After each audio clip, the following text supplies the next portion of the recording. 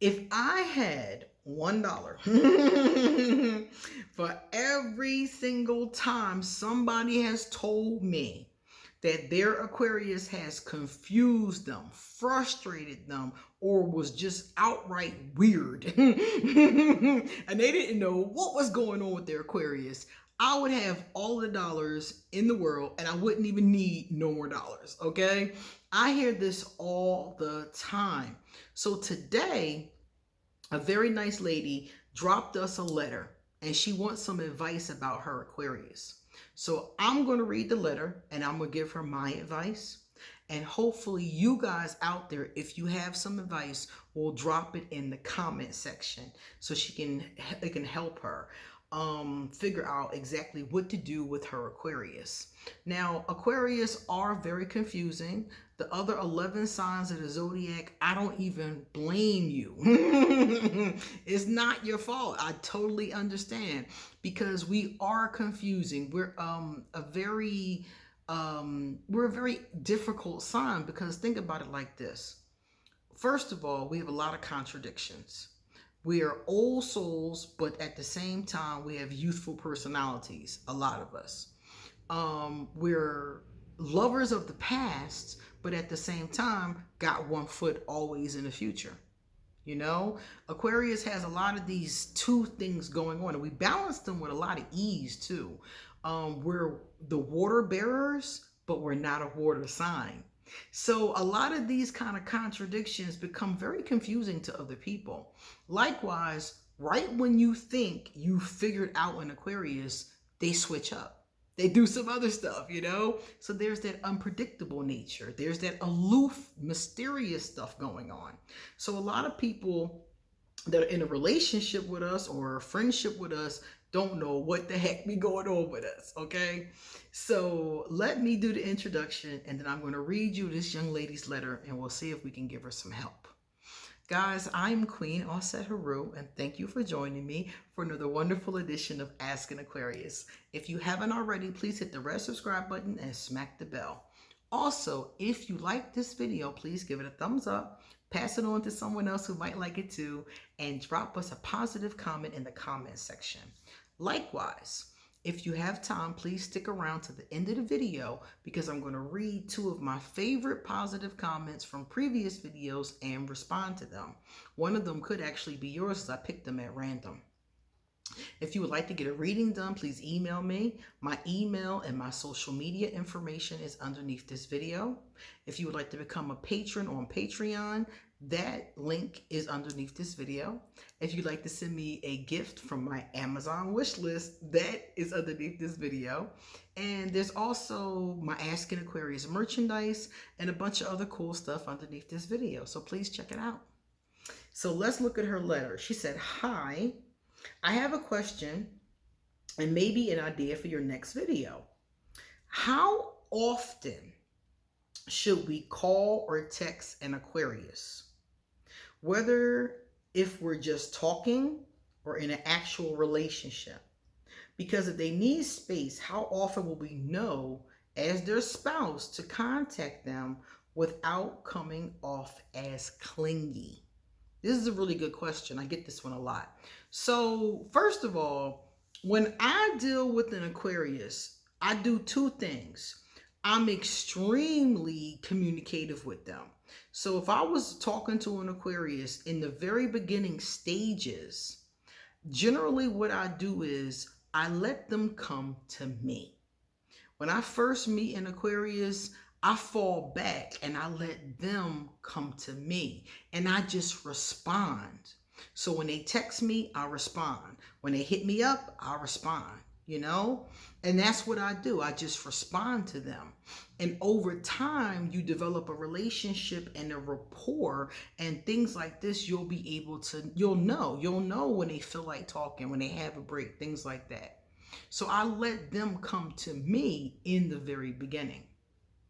Another thing, you can ask your Aquarius straight up. Like, let's say it's not the beginning. Let's say you've been with them for a while and you're wondering, are they annoyed with me calling too much?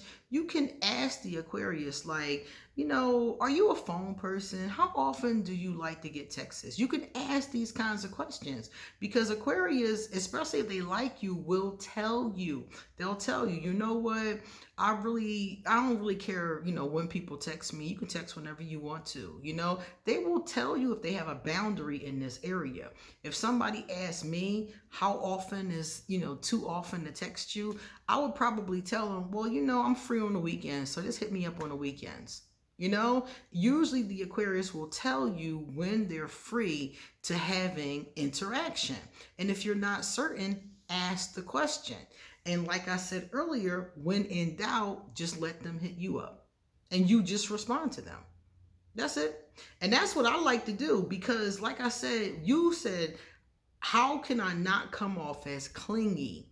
Some Aquarius will see you as being clingy, and some Aquarius don't mind clingy. It really depends on the relationship because I don't mind clingy if I really like that person. If I really like somebody and they're clingy, I don't see them as being clingy. Everything is cool, When they hit me up, I make time for them, So it really depends on who the person is. And if it's somebody you're in a relationship with, a spouse, or somebody you're trying to get into a relationship with, like at the beginning stages, these are the kind of things that you guys should talk about because Aquarius will tell you how they feel about that. Just ask the question. Okay? And like I said before, when I'm responsive, like I said, when I meet some Aquarius, I'm responsive to them. And if days and days and days and days and days go by and I don't hear from them, I just leave them alone. Because if an Aquarius wants to be bothered, they're going to pop up.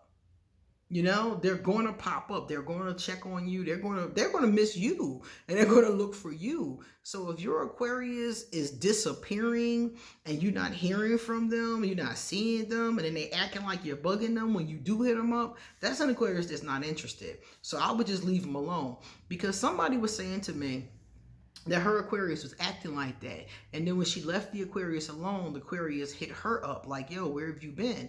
And I was like, I don't know what kind of game he's playing, but I would not want to play. It was like whenever she disappeared, that's when he would notice and he would come running. But it was just like, nah, that's a game, son. Because when I'm around and I'm available, you're nowhere to be found.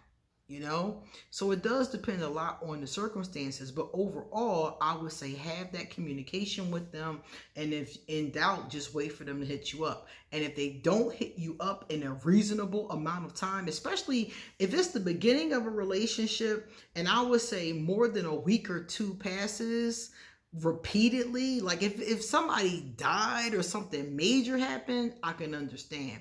But if this is their pattern, like you've been dating them for 6 months and this is their pattern, that they disappear, not communicative, get an attitude when you hit them up, then that's somebody you need to leave alone, But if you're just not certain because you've just gotten to know them and you don't want an Aquarius to feel like you're impeding on their space, or you never want an Aquarius to feel like you're trying to be clingy or stop them from being free. An Aquarius has to be free. So if they feel like you're trying to stop, if you're trying to clip their wings, that's when you'll run into a problem, So in those cases, when I'm really not sure, I just back off and let them hit me up. When they think about you, they'll pop up, And if it's somebody that I'm trying to be intimate with or in a relationship with, that doesn't work for me. I don't do that. That doesn't work for me. You need to be with me. If you're somebody that I'm seeing and I'm actively talking to, you don't have to be around a lot, but you have to show interest and you have to be consistent. That's good enough right there. So if your Aquarius is not showing interest and they're not consistent, then that's an Aquarius that you need to throw back into the ocean. Let that fish go, That fish is doing God knows what. Let that fish go back to the ocean and you find you somebody else. But that's basically what it is, because there is no one cookie cutter answer. I can't say, oh, just text the Aquarius once a day. Or just text them once a week. I can't say that because once a day might be too much for that Aquarius. That Aquarius might want you to text them every Thursday, You know, we all have a different thing. I like people to text me on the weekends. We all have a different thing. So ask them if you have the conversation. And this is a conversation you can have with them in the beginning. On your first date, you can say, you know, I know a little bit about Aquarius, and I know that they really don't like people that are clingy. So for you, how often do you want to communicate? How often is too much for you? You know, what do you think about that? Do you like to just chat in your free time? You know, are you somebody who doesn't really care? You text throughout the day? I would talk about that. That's a very good opening conversation. And the Aquarius, in this sense, can see that you know a little bit about Aquarius and that you're not trying to cut off their freedom. We're going to appreciate that. Like, oh, okay. So this person knows I like to be free. This person already has heard a little bit about Aquarius. So in those cases, then it will go down pretty effortlessly. If it's somebody you've already been seeing and you've never asked a question, there's no time like the present. Ask the Aquarius those questions. Okay? Everything about relationships is about communication. So you really want to communicate, you know? And another thing I like to do, this is the last thing I do with Aquarius. When we finish talking, I will tell them, okay, when do you want me to hit you up? Or I'll say, can you call me on Thursday? I make a future plan. So you're not sitting there anxious and wondering if they're going to call you or should you call them. Make a plan at the end of the conversation. Okay, well, it was great chatting with you. I'm glad you're doing good. So why don't you call me on Saturday? Or it was great chatting with you. Should I text you on Sunday? Will you be free? I ask at the end of the conversation so you know when the next conversation is going to occur. You see? So you kind of planning it, and you don't have to do this for long, because if you two really like each other, this is going to be effortless after a while. It's just going to happen on its own. You won't even have time to ask that question, because when you wake up, there's going to be a good morning text. When you go to sleep, there's going to be a good night text. During the day, it might be another text. You know, when the Aquarius is really into you, you won't even have to ask the question, you know? So this is the kind of thing you should just talk to them about. And don't forget that last tip I said about planning the next conversation. That'll save you a lot of trouble and a lot of wonder.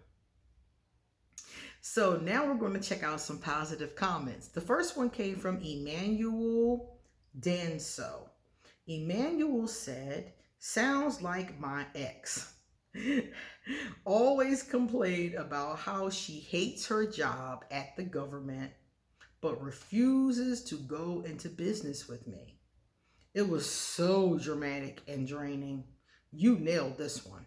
A lot of people complain about stuff they're not going to do anything about. I've come to find that from doing readings, from talking to my friends, you know, a lot of people just are venting.